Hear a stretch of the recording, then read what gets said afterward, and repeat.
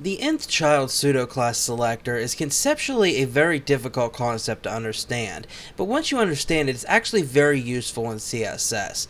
Let's take a look at it and see how it works.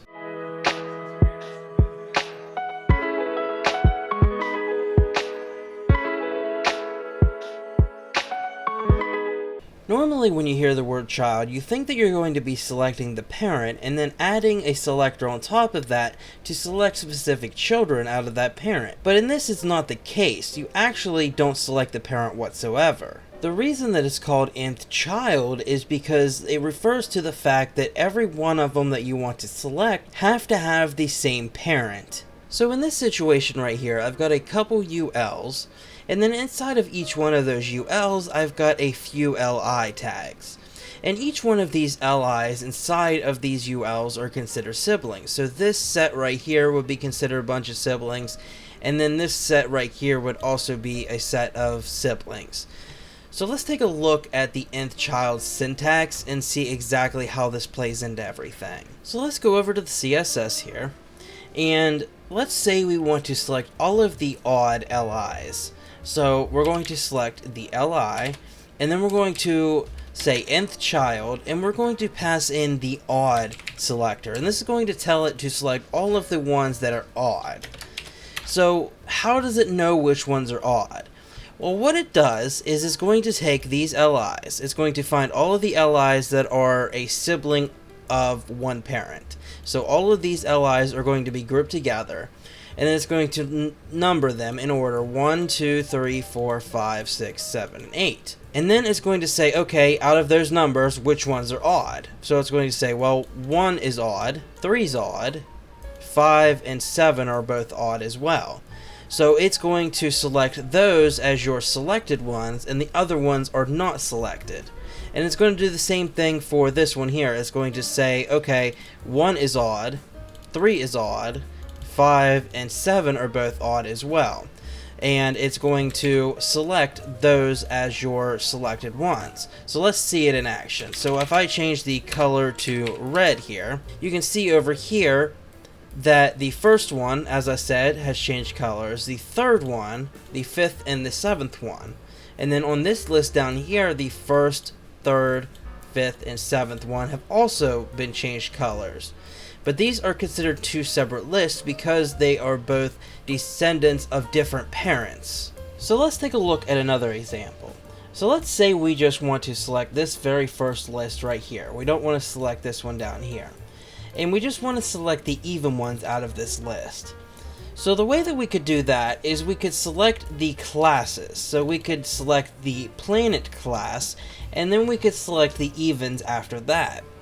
So let's go ahead and comment this out here, and let's select the planet class, and we'll say nth-Child, and we'll say even. And then let's just change the color to blue. Now what do you think is going to happen whenever I save this? Well, the first thing that's going to happen is all of this red is going to go away. The second thing that's going to happen is we are going to change the color of these even ones on this very first list to blue. So let's go ahead and save it.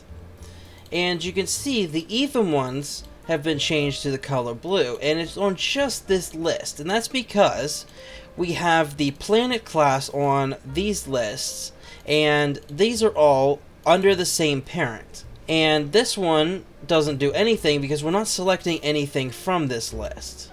Now there's a third way we can select using the nth-Child pseudo-class selector, and this way is called the AN+B method. And it sounds a little complicated, and it's probably one of the more complicated ways to do it, but it gives us a lot of flexibility whenever we want to select specific ones. So let's take a look at it. So let's go ahead and just comment this out. And we are going to select the LI, and we're going to say nth-Child, and then we're going to pass in the formula we want to use. So it's going to be AN+B, and the A and B are variables that can be any number that we want. So let's just say we want 2n plus 1. That's the most common one, and that's going to give us all of the odd ones. So let's just say the color is red again. So now you can see that it has given us the exact same list as we got from the odd ones. But how is that the case? So we can read this exactly like a math equation. We could say 2 times n plus 1. But what exactly is n, and exactly how do we get a number in there? Well, n is going to be a number that starts at 0 and automatically increments all the way up until you get to the end of the list.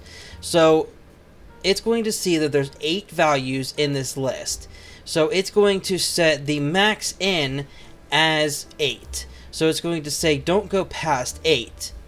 Or if it tries to access something outside of the boundaries of the list. So if it tries to access 9 or 10 or anything beyond that that's not in the list, then it'll stop incrementing the value and it'll stop. So it's going to start off with 0. So it's going to be 2 times 0 plus 1. That's how we get our first one. And then it's going to increment again, 2 times 1 plus 1. So 2 times 1 is 2, plus 1 is 3. That's how we get our third one. And then it's going to increment again to 2. So it's going to say 2 times 2 is 4 plus 1. And that's how we get our fifth one. And so on all the way up until we get to the very last one. And then it's going to try to do it again. It's going to try to access something outside of the list. And it's going to say that that doesn't exist. And it's going to stop right there. Now we could always write this in a different way as well. We could say 3n plus 2, and that's going to give us this. And the way that it came up with that is because it's going to start n at 0, so we're going to say 3 times 0 plus 2. That's going to give us the second one. And then it's going to start at 1, it's going to say 3 times 1 plus 2, so 3 times 1 is 3, plus 2 is 5, so it's going to give us the fifth one. And then it's going to increment to 2, so it's going to say 3 times 2 is 6, plus 2 is 8. So it's going to give us the eighth one as well. So there's one more thing that you should know about this, and that is the of selector. Now I've gone ahead and commented this out, and I've gone ahead and joined both of those lists all into one. And some of them I don't have any class on, and some of them I have the class of Space Rock. So these are all now one list, and let's use the of selector. So the way that we can define this is we need to select something first, just like the li, and then we can say nth-Child, and let's say we want to select the even one. So we'll say even, and then we could say of, and then we can specify the class Space Rock. And let's change the color of that to red. And the way this reads is it's going to select the even ones of the ones that have Space Rock as the class. So it's going to find all of the ones that have the Space Rock class. So it's going to be this one, and so on, the ones that have Space Rock as a class. And it's going to separate that into its own list, behind the scenes. And then it's going to select the even ones from that list. So if I save this, you can see that the third one, this one, and this one all have that style applied. And that's because those are the even ones out of the ones that have the Space Rock class on them. So to understand this a little bit more easily, I've gone ahead and pulled out all of the ones that have the Space Rock class on them in order. So we've got these ones, we've got these ones, we've got these ones, this one, and this one. And I've gone ahead and pulled all of those out in order. So this is the way that it's going to look behind the scenes. So whenever it compiles this list of all these classes behind the scenes with the class of Space Rock, it's going to look similar to this. Now it's going to select all of the evens out of that list. So 1, no, that's odd. 2, yes, that's even. We can see that right here. It has changed to red. 3, Mars, you can see no, that does not have the styles. The fourth one, Saturn, you can see yes, that has the styles. 5, that's odd, no. So 6, Titan, you can see right here, yes, that does have the styles. 7, no, that's odd. 8, whatever this is, yes, that's even. You can see that has the styles. And then the 9th one, no, that's odd, so that's not going to get the styles. So all of this, out of all of the even ones here, we get these very few, very select ones that have that class that meet all of those requirements that will receive their styles. And that's about it for the nth-Child pseudo-class selector. If you did like the video, make sure you slap a like on it. Check out the full playlist, link is right next to me. Make sure you subscribe, and I will see you in the next one.